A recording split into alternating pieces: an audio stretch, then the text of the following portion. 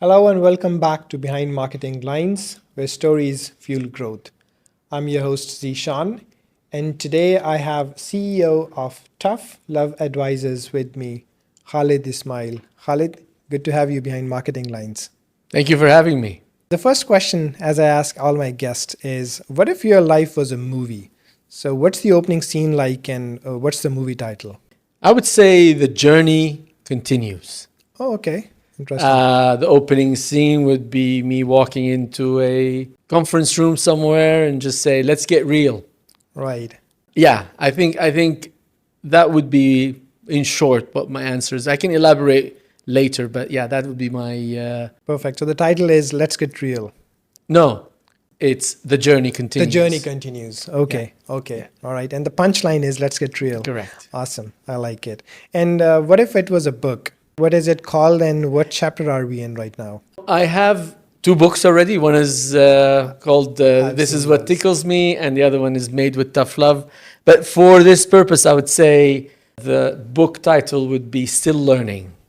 Okay. You never stop learning. I realized that early on, but more so now. The older you get, the more you know that there is even more to learn.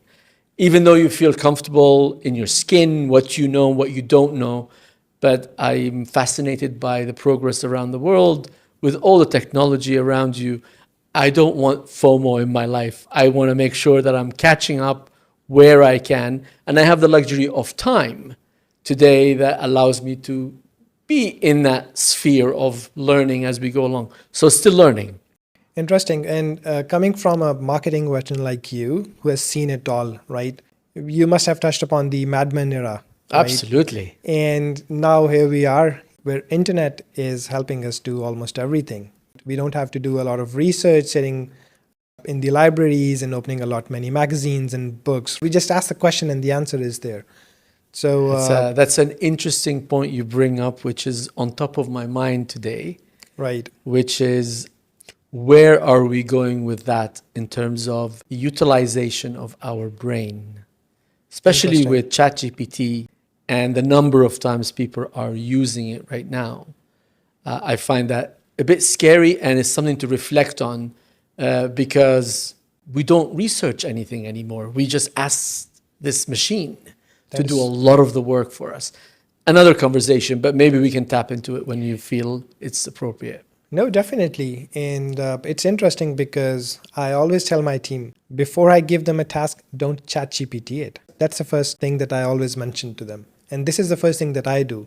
Despite the fact that my mind wants me to chat GPT it to save time, but I don't. I mean, I want to do things the old ways because I think it's hurting my creativity. I know it's a topic for a later time. It's a double-edged sword for me. I have to say, in many instances, different industries, it's efficiency. If it's there, why not use the car to go from here to Abu Dhabi? Why do you want to continue walking? There is a car, there's a train, there's an airplane. So on one side. On the other side, back to me going from here to Abu Dhabi is going to give me really fit. And that's where the brain comes in. So which one do I use and when? Efficiency is important. The question is it at the cost of me becoming, quote unquote, lazy? And lazy has many consequences and many connotations to that. Anyways, we can divert very quickly in this conversation. Yeah, but it's interesting. And I would love to understand your origin story. How did you get into marketing? It is actually an interesting story. I was accepted in the US at school as an engineer. Interesting. So I go into my first engineering class, Engineering 101. And I think it was a haze, 1 hour of class of complete haze. I walk back to the counselor and say, that's not me. So basically, he put me into undecided because that's what you can do in the middle of a semester. And then I basically found marketing. But the journey really started with me working in advertising, like many successful marketeers, because they've been in the kitchen and then they go out and they do what they do. I started in advertising looking after many brands, including two very big brands that I then joined. I started working on Coca-Cola Oh, nice. and Tetra Pak. And for the next 30 years, I've spent my life with these two companies. So yeah, that's my journey. Started in advertising and did everything from global brand positioning, did marketing, did restructuring of organizations within the marketing scene, as well as campaigns and promotions and activities, sponsorship. It was a school, I have to say, especially working with a brand like Coke. You do all sorts of things that gives you, one, keeps you grounded because you're learning literally every day, but also it's a wide spectrum of things to learn. So that's really my journey until I decided enough of the corporate part of marketing. And I started then about 4 years ago, a bit of an edgy advisory company. And I call it edgy because it's not your regular advisory company. It's called Tough Love. And it's a philosophy rather than a name. It's basically working with clients and giving them tough love because I knew that during my days receiving advisory and consultancy didn't really add up because the person on the other side didn't know my business and tried to tell me what to do. And there was a little bit of gaps in that process. So that's what we do. It's interesting because Coke's case studies, that's what I read at least growing up. When I say growing up in marketing, we always look up to what Coke is coming up with next. And it's interesting that, you were able to do all those things. Were you working regionally or were you working on a global level with Coke? With Coke, it was region between the Middle East, Southern Europe, and basically I ended up as a region brand director, looking after Fanta, Coke, and Sprite at the time. And then I joined Tetra Pak, which was a client of Coca-Cola, but I did do many global roles there. So both regional, global, and initially local roles. So the whole spectrum, I guess, I've covered. And that's why by the end of it, I said, I've seen it all. Now let me see something else. Interesting. So what's been the plot twist so far? There are many things you realize as you learn and grow. One of the things that I realized is that people do business with people they like. Whether it's a colleague, whether it's a client, whether it's a supplier, we're human. And, AI coming in, all that wonderful thing we started the conversation with, but ultimately we're human. And people like to do business with people. And they tend to like to do more business with people they enjoy and work with. So for me, realization of working with people and understanding and how to influence people is really the twist for me. Right. And for me personally as well, is that using the equilibrium between emotional and rational. So whilst you're dealing with people, you need to understand, is this a rational conversation or is this a emotionally emotive, heavy conversation? Because the outcome will potentially be the same, but the root could take twists and turns. So that's one of I would say, my realization that I would want to highlight to anyone who's willing to listen, young or old, because that's what I'm basically sharing as my learning. Looking back, is there a moment you feel that defined your career or your life's direction? I mean, you did mention the story where you entered the engineering class and you were like, okay, not doing this at least, and I'm going to study something different. But was there anything else that really defined the direction of your life? I was with Coke, happy and enjoying, like I said, a wonderful marketing career. I got an interesting offer to go and work with Tetra Pak. Right. And of course, people would ask me, nobody leaves Coca-Cola. At the time, obviously, Coke was the Google and the Meta and the Amazon of today. And we're talking 20 odd years ago. So the point was, people would say, we don't think anyone that I know decided to leave, unless, of course, asked to step down. I think that changed my career. That changed it because I took on a role with a company that wanted to do things differently in many parts of the world, and I was empowered to do that. And at the time, I think, in the Middle East somewhere, and I then moved to Pakistan with them. Oh, interesting. And I was in Lahore for 4 years, and I tell you, it kind of changed my whole horizon. Learning a new culture, a new language, and it just opened up my eyes on the world of how to build a brand, do a marketing. Funnily enough, it was the foundation for me to spend 20 years with another company successfully, I have to say. So really, that would be a moving part. The second one is realizing what leadership is. Because as you grow, you're a manager. But people are promoted to be managers, but they don't know what managing looks like. They've been promoted to be a manager because they're good at their job, not because they can manage people. And I start realizing, what does manager look like? Managers are usually leaders. They lead teams. But then at the context of where we are today, where I am today, leadership, both opinion leader or industry leader, stuff like that. What does leadership look at in an organization? And it started dawning on me that leadership is bringing clarity and calm to the room rather than the chaos that happens. So these are the two things that at one point I realized, okay, I have a wonderful opportunity to change jobs. That was a turning point, and it was a success, I have to say, even though I look back and say, where would I have been if I had not taken that job? And the second one is realizing, what is my purpose as a leader after a certain number of years in the corporate world? I'm glad you mentioned that you spent some time in Lahore because, interestingly enough, a good number of our audience of this podcast is based out of South Asia and especially Pakistan. Okay, So well, that's fantastic. I would love for you to share your experience working with marketers from Pakistan. How was it? I don't know where things are today. Right. Coming into Pakistan at the time, all I saw was potential. But then when I tell them, because my family was based in Dubai, and we're talking 20 years ago now, Right. things have evolved for both countries or locations. 100%. I would ask them, why are we doing it this way? This is Pakistan, is what I used to be told. And I didn't like that, and I would challenge that. And of course, what I saw after a while is that there was some limitations, but the potential was incredible. And today, a lot of my colleagues and friends that I've kind of grew up with have a foot here in London, here in Pakistan, wherever they are, Right. and in the UK or in Canada or the US. Is there a brain drain? I don't know, but there's a lot of good people that I've come across in finance and marketing, others. So it was a great experience. And living in Lahore, which is a culturally driven city versus the hustle and bustle of Karachi, I really, really enjoyed it. A lot of nostalgia, let's say.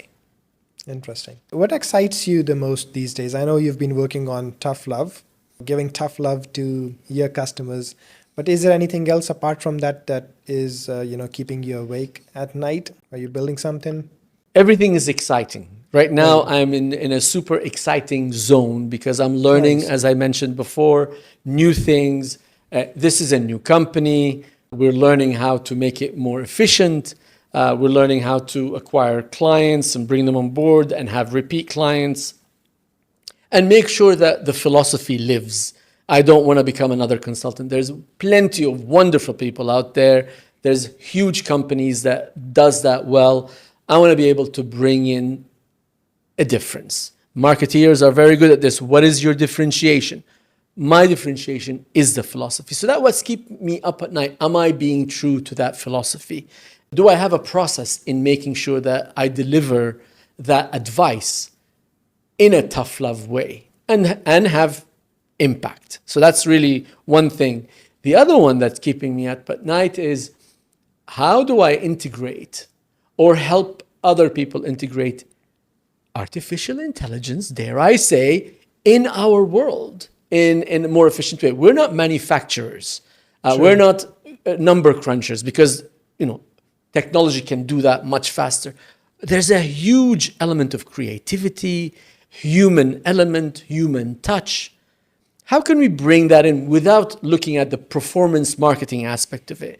One of it is the comms side of it. How can I communicate in multiple languages using avatars? So this is something I've been toying around with a lot. Right. And in fact, one of our offering that we have from Tough Love is more effective communication using avatars. So these are the two things from, I wouldn't call it diversification, but it's an extension of the comms world that I come from to be able to communicate more effectively, more efficiently, and to a much broader base. Because now, as you know, I can speak to you in Urdu. Well, I don't speak Urdu, or Chinese, or German through my avatar perfectly, and you'd understand me. You'd think that I actually speak the language.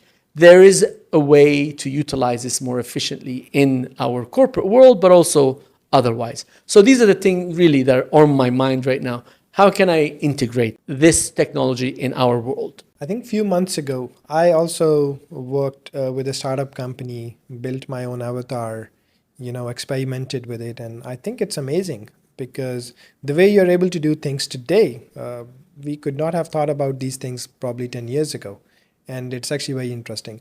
Are you finding any challenges in, doing so, getting the implementations done? The only challenge is the speed. Right. Every time you master something or learn something, not necessarily me, because I'm not a techie, there's another app that comes in. There's another technology that's being launched. And just catching up, because you subscribe to something that helps you do certain things in a certain way. And the next thing you know, there's another app, another company that's with the latest and greatest of technology. So really just catching up to, that is the challenge really.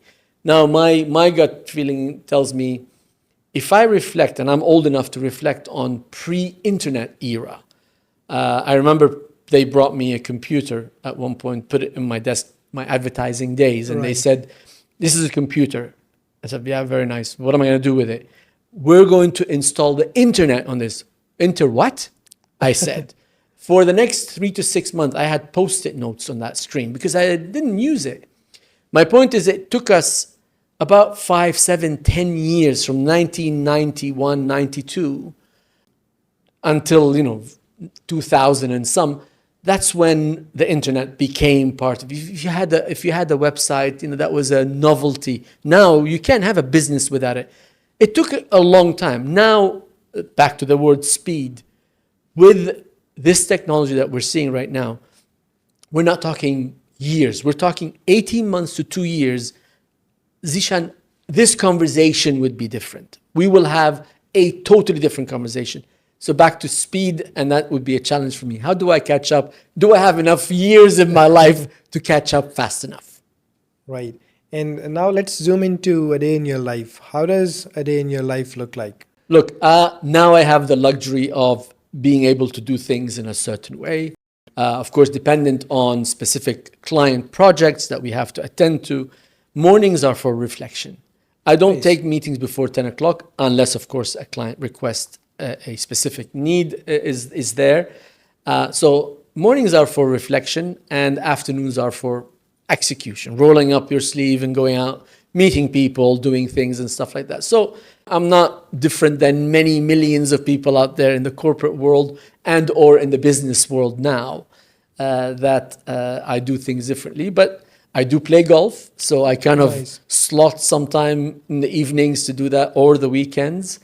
And time with family. Whenever my kids are grown up now, and I look forward when they come and visit. So if they're around, I block that time to be with them. So yeah, my day is varied and exciting, and I wouldn't want it any other way right now.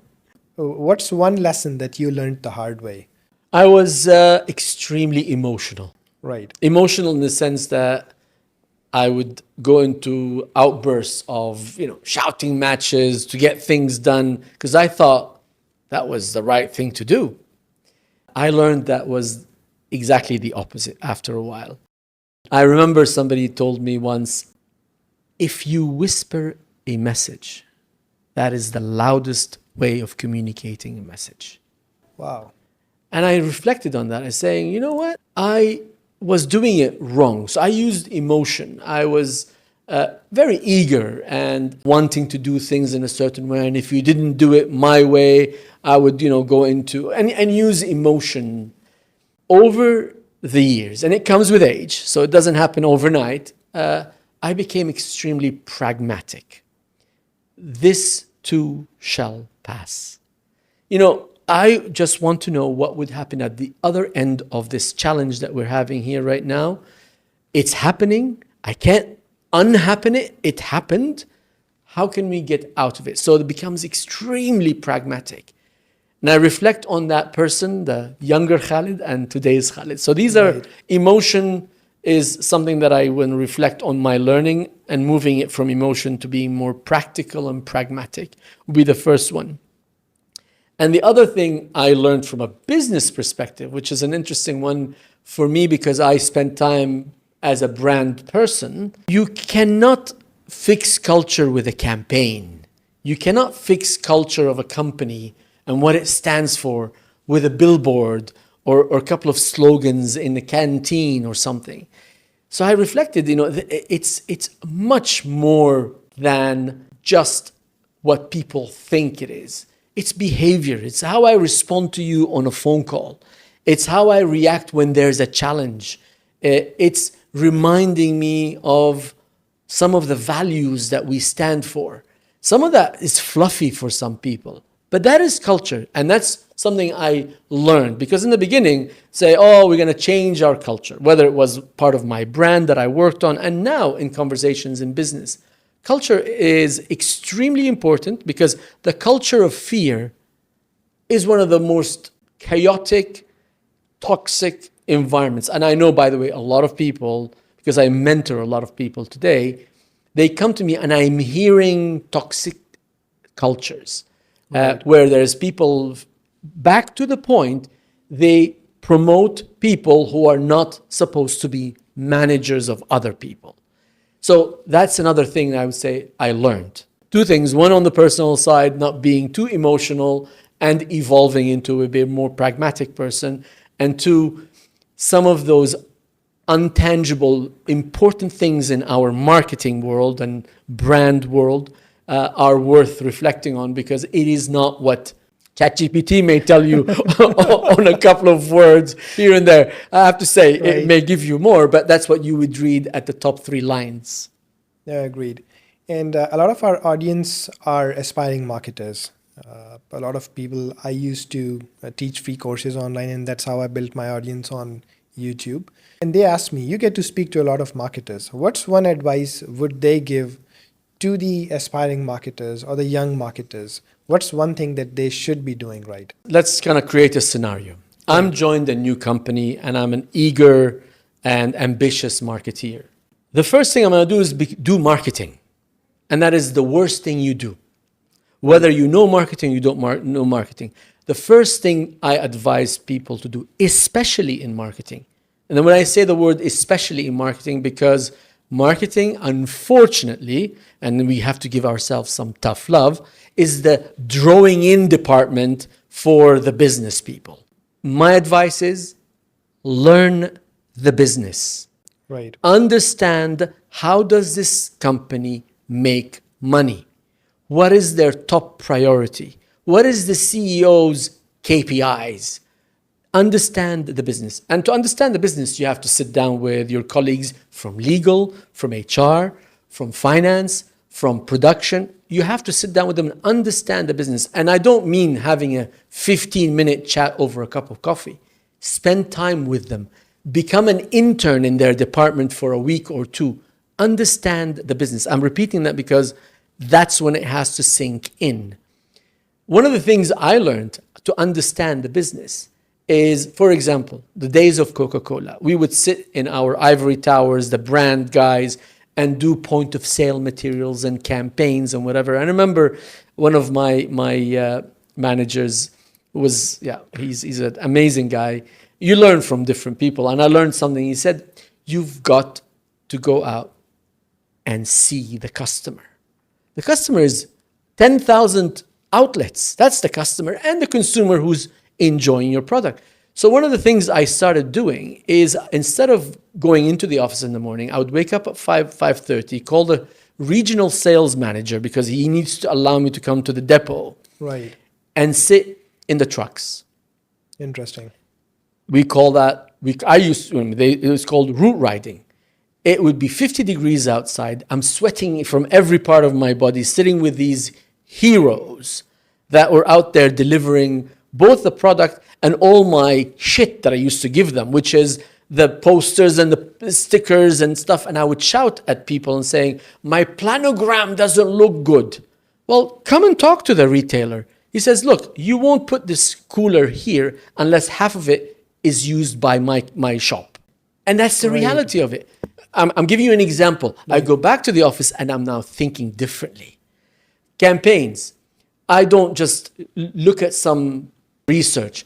I'd go and actually deep dive and sit down in people's homes and spend the whole afternoon, the evening with them. Of course, with their permission, and it's a part of the research.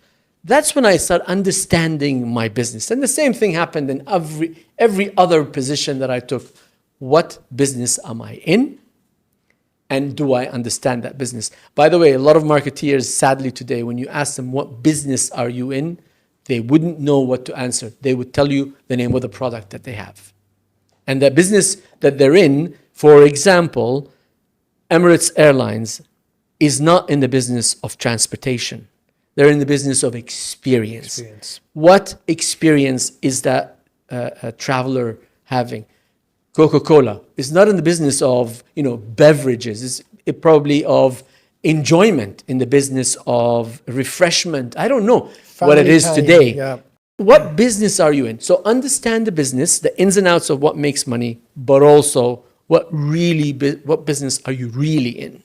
And any specific advice for the marketers, especially from Pakistan? Don't have the mindset, this is how we do things in Pakistan, but you are capable of a lot more, is what I first say. And I understand that a lot of the marketeers, and I know a lot of them, I have to say, they're always anxious to get out, stay and build an ecosystem that the whole world, is going to admire. Of course, there are challenges.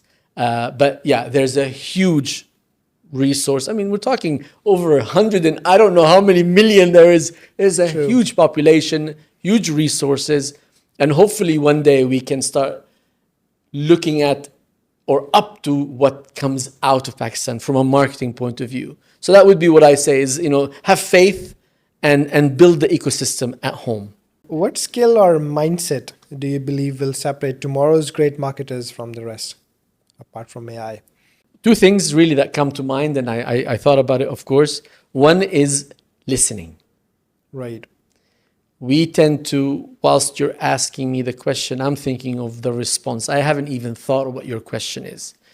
That's what a lot of people tend to do. Listen to your consumer, listen to your customer, listen to your boss, because they all have an agenda from within what they're coming with that question. So I would say listen, and listen actively. By the way, there are books and courses about what that actually means. I don't want to go scientific here, but listening is a skill that not many people have properly, especially when you're trying to sell something. Whilst we may love or hate second car salesmen, these are the best listeners. They are picking on every movement and every word that you're saying. Listening is important. The second one is common sense. Right. We get sucked into the jargon and the politics. Does it make sense? And that's where the pragmatic side of me comes out. Common sense. Of course, you need to have a leader that accepts common sense in doing and delivering on a project or an objective or something. So these are the two areas I would say they're underutilized or not necessarily understood properly, because it's a very slippery words. You can define them in every way. Listening and common sense would be the two things I would ask people to kind of reflect on. Do I listen, really listen? And am I using common sense in... It's actually the least common is common sense, is what they say. That is so true. And what's one underrated framework or practice or an app that you rely on? I'll use back to the AI and our brain. I live in this city for almost 25 years. I know it street by street, but you can't really say that because they're building bridges faster than you can say hello. Using some of the technology like Google Maps or whatever the other one is, Waze or yeah. I can't go from point A to point B without plugging it in my car because I have a nice screen and I can do that. So now, over reliance on some of these things is not something that I tend to promote, let's say. Right. But for me, really, the technology that is emerging right now is how can I prompt these tools, including ChatGPT and others, which is now it's called prompt engineering. And I'm like, wow, what does that mean? Now, prompt engineering for ChatGPT, which is a linear thing, take it to the next level and call it agentic AI. It's like you and I having a chat. You are now reasoning with me. How can I utilize that? So back to that double-edged sword, I need to be able, because by the way, if I decide I want to be a bit more traditional, the world will move on and I'll stick in the back of the bus. True. That's not what I want to do. So how can I use these tools in a more efficient way? There are courses out there. And now when I listen to some people talk about it, some people are using these tools in the totally wrong way. So learn how to use these tools effectively. If you were teaching a crash course to your younger self, any advice you would give? I would say don't mistake activity for progress. Right. Be careful what you wish for, where it starts. If I wish to be X, higher probability that you will get it if you're focused on it. But just having activity in your day does not mean you're progressing. So that's something that I would give as a crash course to answer that question.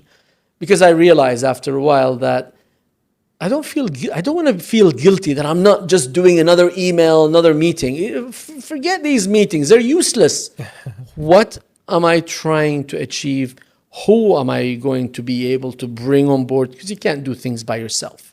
You always have to bring a team with you, be able to lead them properly, motivate them, and then you're able to achieve. So progress does not necessarily depend on just activities. And that comes down to the marketing world. Not another campaign is going to move your brand. Focus on what is actually going to move, I hate to say, the needle on your brand recognition, awareness, likability, intent to buy, whatever it is that you're doing. So that's really where I would say the crash course should begin. Right. Now I have a rapid fire round. And Okay. I'll ask you a few professional questions and then a few personal questions. Okay. So, I mean, you can just give a quick answer, like whichever you would prefer today. SEO or paid marketing? SEO. Brand versus performance marketing? 100% brand. Thank you for saying that. Somebody had to say it. Creativity or data? Creativity led by data. Startup hustle or corporate culture? I think I know the answer. Startup at heart, culture in discipline. Because a lot of startups have no discipline and they go, which is why 95% of them fail. Agreed. Books or podcasts? Books, even though we're having a great time here. Because you don't get to do Zishan conversation every day. That is correct. That is so true. LinkedIn or Instagram? LinkedIn for my brain, and of course, knowing what colleagues are doing, what's the latest. And Instagram is for escapism. It's just running, my brain goes numb. Unless, of course, and that's an interesting tool, I catch up with a lot of news now on some of these tools. That's a correct. lot of news. Yeah. I don't open up Al Jazeera or CNN or whatever latest. So yeah, to answer your question, escapism. Right. So AI or human intuition? Human intuition, but supported with the tools out there. Because, you know, we can't stand still. The world is moving. I don't want to be left behind. Agreed. Global campaigns versus local activations? But it depends. I can't answer that question. I mean, it depends on what Of you're course. trying to achieve, what brand it is. Local activation is where the rubber hits the road. But if you don't have a brand that has a global aura to it, what activation? It becomes a neighborhood activation. versus a whole city activation, a region activation. So I can't answer it without context. TV ads versus TikTok reels. TikTok reels by, credible people, credible as in not singing and dancing, because it's more authentic. People listen to authentic voices now. User-generated content Absolutely. is the thing. Work from office or remote working? Hybrid. Risk-taking or playing it safe? Risk-taking with, you have to have done your homework. Customer first or product first? Customer first. The product will come. If you're agile, you'll amend your product to meet the customer, but the customer first. A few personal ones. You have spent like 25 years in the city. So is it coffee or Coffee, 100%. Early mornings or late nights? Early mornings. Mountains or beaches? Beaches. Reading or web series like Netflix? It's a tough one because there are days where I don't want to read, Right. and some days I can't even follow a series. So it's a hybrid of both, to be honest. Right. Solo travel or group trips? Solo. Minimalist or collector? Minimalist. City life or countryside? City life. Living in Dubai, you can't have any countryside for 25 years. But I do enjoy nature, but I get bored quickly and I need to go back to the action. We are moving towards the end of the podcast. A few quick questions. I'm loving the conversation and I wish we could extend it like to Understood. 2 hours and 3 hours. But I think we'll do another episode probably in Absolutely. season 4. So if your career was a marketing campaign, what would the tagline be? I would say, especially now with my tough love hat, Right. sugarcoating never built an empire. You got to say it straight and be truthful to be able to add value to someone else. So that would be my tagline. Sugarcoating never built an empire. Interesting. And if you had to describe your journey so far in 3 words? Curious, candid, and unfinished. Curious, Unfinished. which is back to the Okay. point of continuing wanting to learn. Candid is where tough love comes in, straight like an arrow in my conversation. Unfinished is because there's lots of unfinished businesses for me to continue to learn and meet new people and enjoy this beautiful life that we have. So there was a verse from Urdu poetry. I can recall it. It says that Zindagi paun udhar jaane be anjam abhi mere zimme hai adhure se kai kaam abhi, which means that life don't move towards the end because I still have a lot of unfinished business pending with me. Yes, absolutely. Right. And if marketing as we know it was to disappear, which part of it would you actually fight to bring back? I would say storytelling. Right. If I tell you a story, it's a nice little episode of your life that I can resonate with mine, and you utilized a service or product in the process, product placement, I would resonate with that more and say, oh, I can see myself doing that. So storytelling, whether it's in business, in real life, in stuff. So storytelling, I would always want to bring it back. These are the human things that we can retain rather than the technology. The technology will not be able to give you that creative storytelling. Right. And you have definitely placed a lot many billboards across the world for Yeah. many brands. But what if you get another chance to put a billboard on Sheikh Zayed Road tomorrow? What would the message be written on it? Clarity is the new power. Because again, if I'm not clear about what I want to do, be careful what you wish for. Clarity is the new power. And the reason I say that is because we are bombarded with information every day. Choice is something that we have, and sometimes we don't do. We just go with the flow like sheep. And no, you have a choice. Get clarity as to where do I want to go? Who do I want to go with? Why am I going there? And what do I want to? What is my purpose of doing that? So clarity is the new power for me, would be the billboard that you see there. Interesting. We'll make a billboard similar to that, and we'll at least put it on behind marketing lines, of course, for our viewers to watch. And when credits roll on your life story, what do you hope the final lines read? I would say I want them to think that he made me think differently, and therefore I was able to do things that impacted my life because he made me think differently. You definitely make people think differently. You have actually made me think different in the past 45, 50 minutes that we have spent together. Fantastic. And I think it was very insightful, full of learnings, so many words that we actually need to carve in stone as marketers. Thank you very much for gracing Behind Marketing Lines. It was a pleasure to host you. Any final words to the marketers out there? Well, thank you for having me, first of all. Just make sure you learn your business, know your business, and then you become a real marketer. Otherwise, they'll call you, I don't know, social media manager doing some posts or something. That is what they call marketeers today. But yeah, learn your business and be careful what you wish for. 100%. Well, thank you very much. Thank you for tuning in to Behind Marketing Lines, and we'll see you in the next episode.